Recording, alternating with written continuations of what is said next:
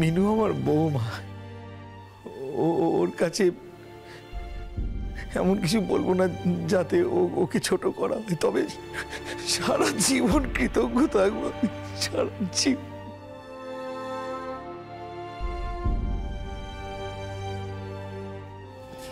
এসব কি কথা হচ্ছে বলো তো? এখন কি কথা হচ্ছে এগুলো? আমার সঙ্গে কি তোমার কৃতজ্ঞতার সম্পর্ক ছোটন? কেন এসব কথা বলছো?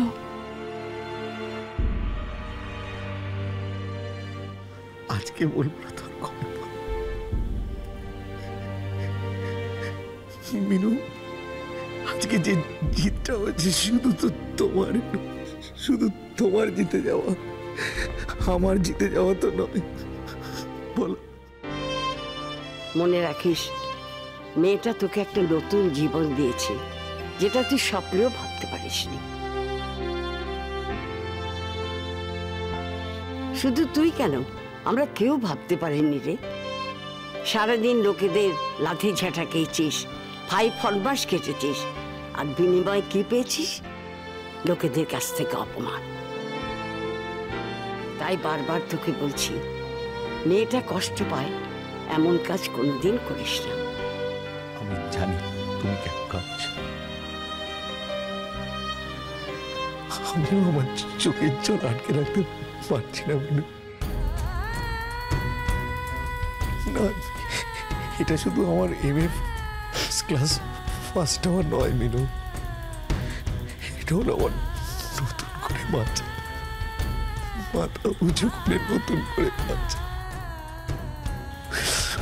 মাথা হেঁট করে থাকতে থাকতে আমি মাথা উঁচু করে বাঁচাটা ভুলে গিয়েছিলাম।